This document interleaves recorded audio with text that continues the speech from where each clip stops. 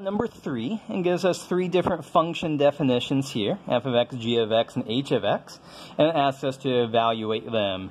And so what we basically are going to do here is just plug in 3 in, minus 3 in, wherever we see x, and stuff like that. So let's just crunch these out. So f of 3 is going to be 3 times 3 squared minus 5 times 3 plus 4. F of minus 3 is 3 times minus 3 squared minus 5 times minus 3 plus 4. G of 2, now we're going to plug in 2 everywhere we see an x here. So we're going to have 3 times 2 divided by 2 minus 2. What we notice here is that we're dividing by 0. So actually, we don't want to say it's equal to this. We want to say that g of 2 is undefined. But we can plug in minus 2 in here. And what do we end up with? This is 3 times minus 2 divided by minus 2 minus 2. Now we plug in 1 up here for h of x. And so we end up with square root of 2 minus 1. And h of 4, square root of 2 minus 4. Let's observe here that this is minus 2, square root of minus 2. In this class, we're not going to be dealing with imaginary numbers, so we only care about real valued functions. So once again, we're going to say that h of 4 is undefined because we can't take square roots of negative numbers. So this is, we'll do other problems like this in this set, but what we would say here is 2 is not in the domain of this function g, and 4 is not in the domain of this function h. We're not allowed to plug those values in here. And so this takes care of most of these. I mean, if we want to say this is 1, we can do that. This looks like this is going to be 3/2 here. Let's see, 3 times 3 times 3, 27, minus 15 is 12, so I think that's 16. Don't hold me to this if I'm botching these up. That looks like 46 to me. I'm doing the arithmetic on the fly in front of a live video is always a little bit intimidating. Let's take a look over here on the right. So now, what this says, f of x minus 1, everywhere we see an x, we're going to put in an x minus 1.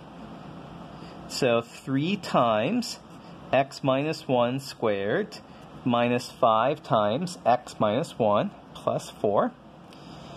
Okay, g of x plus h. By the way, it's a little bit confusing here. This h is just another letter here. It's this different than this function up here. It's just going to be h is a variable just like x is a variable for these purposes here.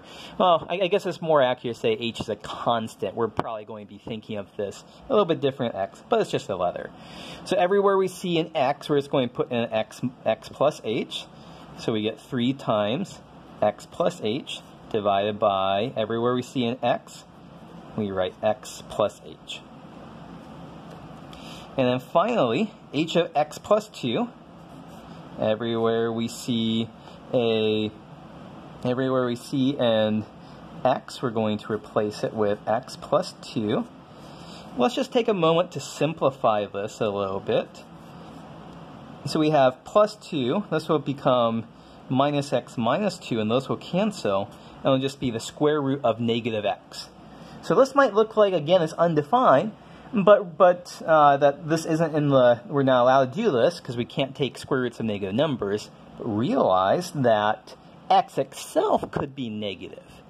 So if x is minus 1, the expression under the square root is minus 1 or plus 1, and that's allowed. So sometimes this happens. Okay, problem number 4. it's more function calculation. So here f of x is x squared minus 3x plus 5. G of x is 5 divided by x minus 2. And we're supposed to calculate out these quotients here, these difference quotients. F of x plus h minus f of x divided by h.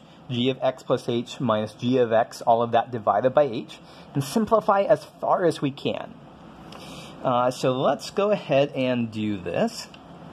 So everywhere we see an x, we're going to put in an x plus h. So x plus h quantity squared minus 3 times x plus h plus 5 minus what is f of x? X squared minus 3x plus 5. All of that divided by h. When we expand this out, x plus h quantity squared is x squared plus 2x h plus h squared minus 3x minus 3h plus 5 minus x squared minus times minus 3x gives us a plus 3x minus 5, all of that divided by h. We're supposed to simplify this as much as we can. Things should cancel here. Plus 3x and minus 3x cancel. Minus x squared and plus x squared cancel. Plus 5 and minus 5 cancel. And the only things that are left over are 2xh, h squared, and minus 3h. And note that all three of those terms have an h in them. So I'm going to factor out the h. 2x plus h minus 3 divided by h.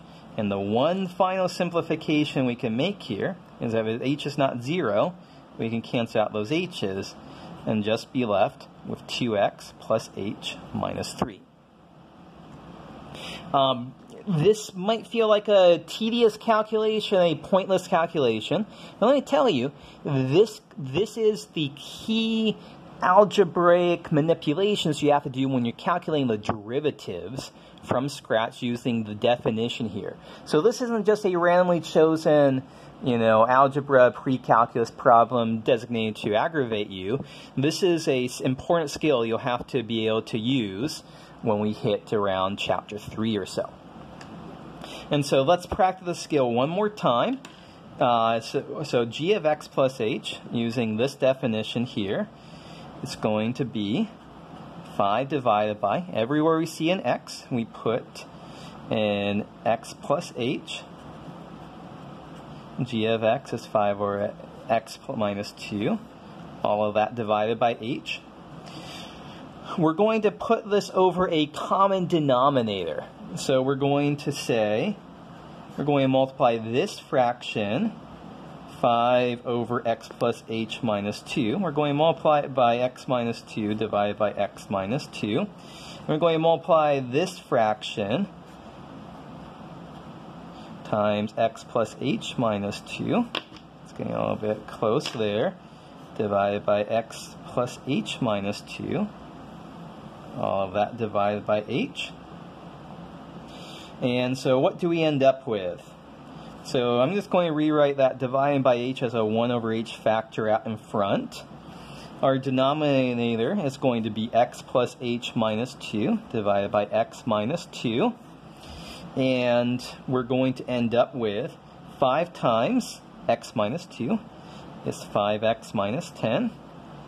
And minus 5 times x plus h minus 2 is 5x plus 5h minus 10.